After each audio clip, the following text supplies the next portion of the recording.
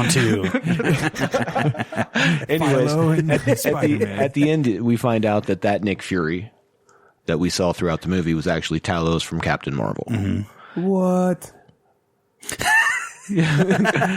and I was like, what? I thought you said you saw it. I felt really bad for a minute. No way. But then we find out Nick Fury is up on a satellite. Okay. Or a spaceship of some sort, right? So SWORD is basically, it stands for the Sentient World Observation Response Department. So basically they're like a counterterrorism unit for space. Nice. So when there's threats to Earth, from the galaxy, on a galactic scale. So if that's the case, so apparently they've already got what's really interesting to me is, and again, I don't know how much of this is true, mostly rumor, right, at this point. But I did see some graphics and stuff, so that was kind of weird. But the people from S.H.I.E.L.D., the television show, will have some background cameos in this. Oh, that'd be cool. Which is weird because that's all non-canon to the MCU. So I don't know if they're going to bring that in somehow.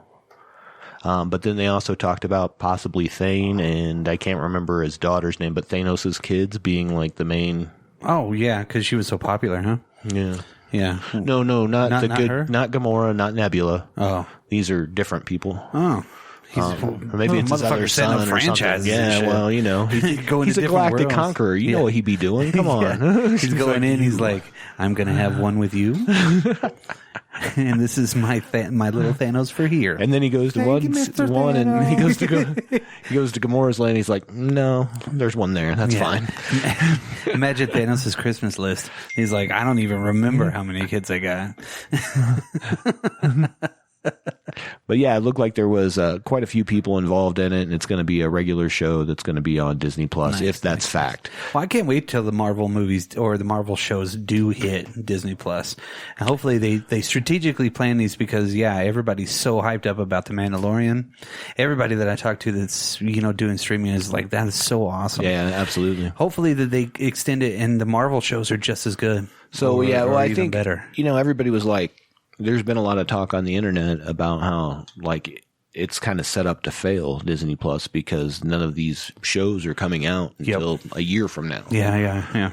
But I disagree, because you have the initial hype of being able to have the whole catalog of Disney, Fox, all that stuff, Marvel, National Geographic, I guess. Yeah.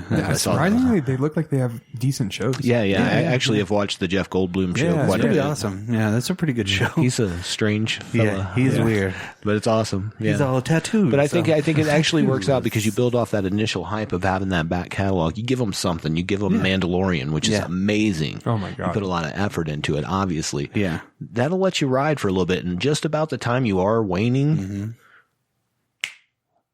Well, see what I did there?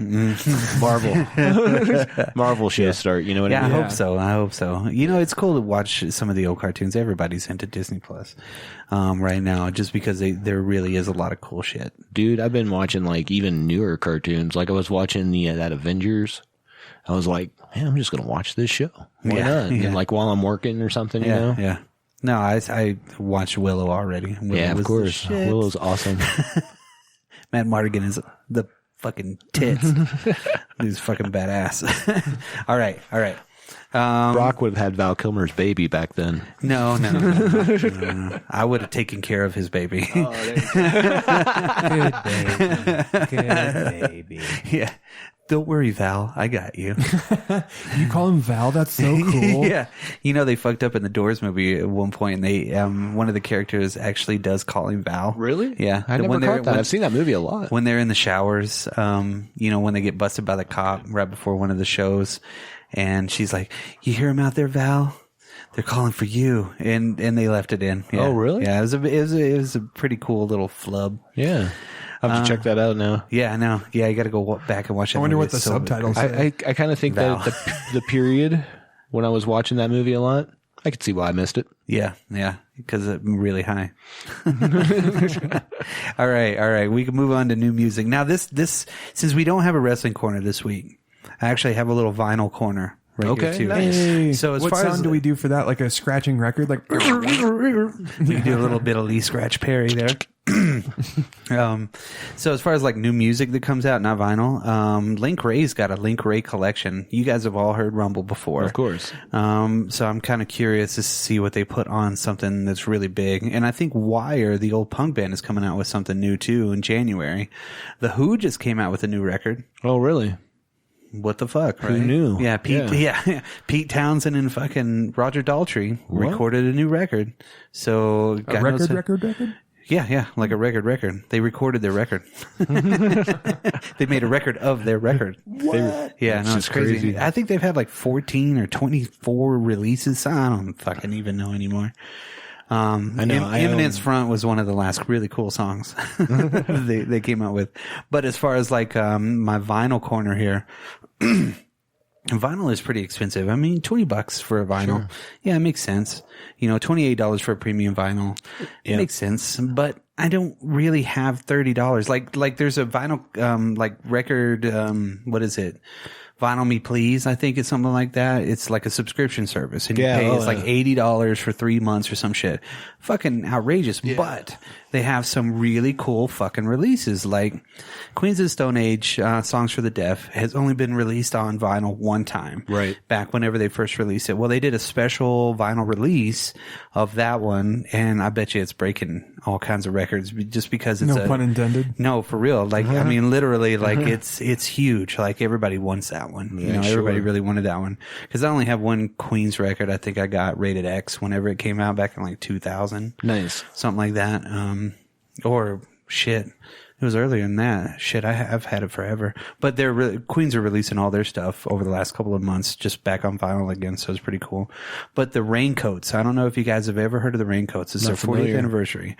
The Raincoats, the only way that I really know about them, it was an all-female kind of like punk rock band, kind of, from, I think, England, maybe? Okay. But the only reason why I know is like Kurt Cobain was really into it. Like he had a copy of it, or he had heard of them or heard it from somebody.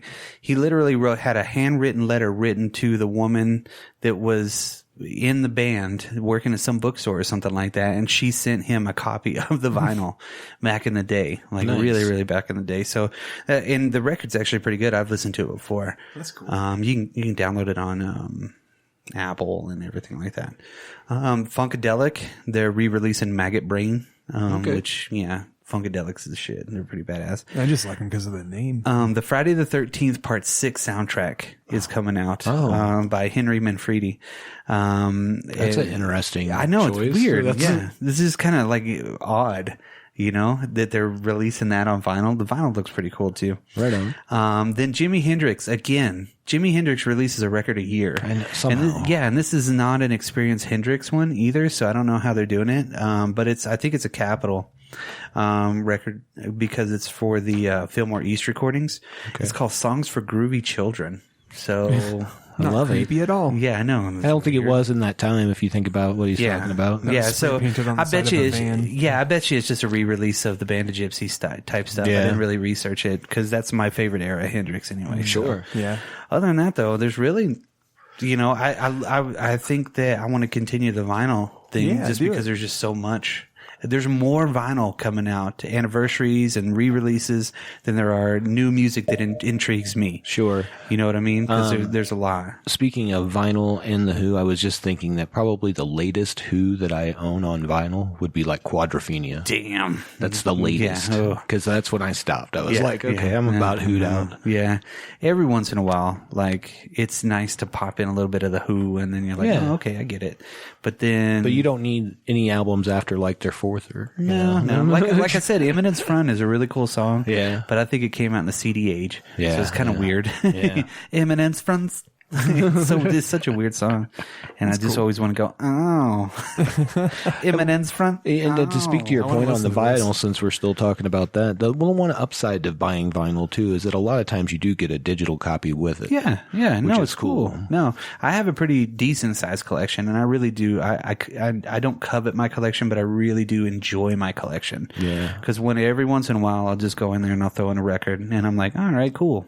Like for Thanksgiving, we were sitting around, we were listening to Elvis's Christmas record. Nice. While we were eating, because my wife had bought one, and it was like Christmas music for songs and flutes of a 19th movement. And we were listening to it. Everybody's like, what the fuck is this? She was like, do we got anything else? And I was like, hold on. And Did you just start scratching it? No. Oh, that would have been amazing, dude. You just bring over the mic. You're like, yo. Right during Thanksgiving dinner. Yeah, absolutely. I'm like, yo, what up in the kitchen, y'all? No, I like it every once in a while to put stuff on, and it's cool to go look through stuff, you know. We need to make this official next time. We'll do like a vinyl corner start and finish. And Yeah. We'll kind of add it into the mix because I think it's pretty cool. There's a lot of really good stuff. And plus here, you know, in a lot of the major cities nowadays, everybody has really good record stores again. Yeah. Those are always like the coolest fucking places in the world, man. I mean, we have independent records, and independent records kicks ass. Yeah, it really does. It's a great one. It's been one here for a long time. Yep. Yeah, it's a staple. They've had to close down like 2 or 3 other stores, which really kind of sucks. But then we got the Leech Pit too, and the Leech Pit's got really cool shit. Yep. And they usually get a lot of really good re-releases. But down in Austin too, shit, man, you go anywhere in Austin, it's fucking awesome. Denver's got a Twist and Shout. There's just so many good record stores around here that's really cool. That's where I saw Imperial Teen, so I'm pretty happy. Yeah. At a record store. I was looking at records while I was watching them, and I was like, that's pretty cool. Can I have this much pleasure? Yes. Ooh, you got figures in here too. It feels wrong. There's Nintendo games. This is awesome. Can I stay here forever? Yeah, it was pretty cool. Right on. You can't vinyl shop in thrift stores anymore because people pick through that shit as soon as it's out. And then you got 14 copies of Herb Alpert and the Tijuana Brass everyone you go to. Fucking time, man. You know, like a place is really good to go to when you're wondering how often can I come here without my wife leaving me. Yeah, right. Yeah. My wife can look around at a lot of that stuff too. But my son's like, oh, let's fucking go. This sucks ass. He's 5, by the way. He's 13. That's my youngest boy. Well, we miss Tyson. We do. He couldn't make it today. Yeah, he got, from what I heard, transported to Hogwarts or something. Yeah, something like that. And I think he got a letter to join Hogwarts, so it was a pretty good deal. Windowsill. It was weird. Yeah, it's strange. Cool. Yeah, at least he's going to learn some Expelliarmus. Hippopotamus. Is this like hippopotamus? Giraffe. You just start your own zoo. Yeah. You're like, I just do this and they appear. I don't know, man. Vaticus. Foreticus. So in my mind, I just see Tyson out there playing that Wizards Unite game, like running through fields and things. That's what's really happening today.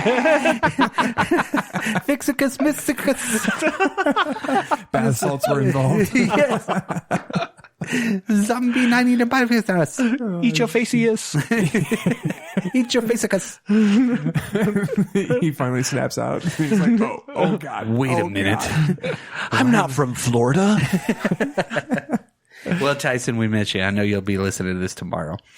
But I got a mixtape because nobody else did. Because I'm prepared. Yeah. And I came up with it right before we started. So I think you should name it this time. Well, yeah, it's the Drop Culture Mixtape Volume 17.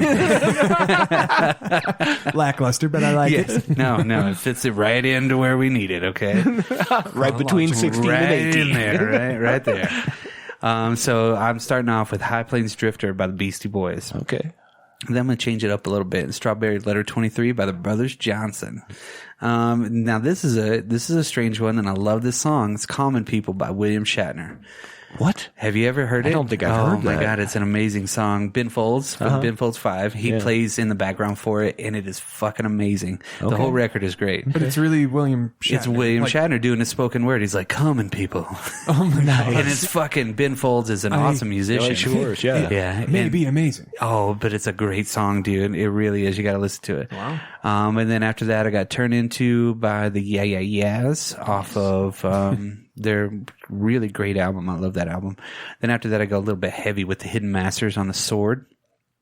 And then after that, I think I Lost My Headache by the Queens of the Stone Age. Then I kind of rewind it. and then I kind of rewind it. Oh, I see what you did there. Stuck. And it's it's Tear Down the Walls by Fastway. Okay. From one of my favorite movies, Trick or Treat. And then I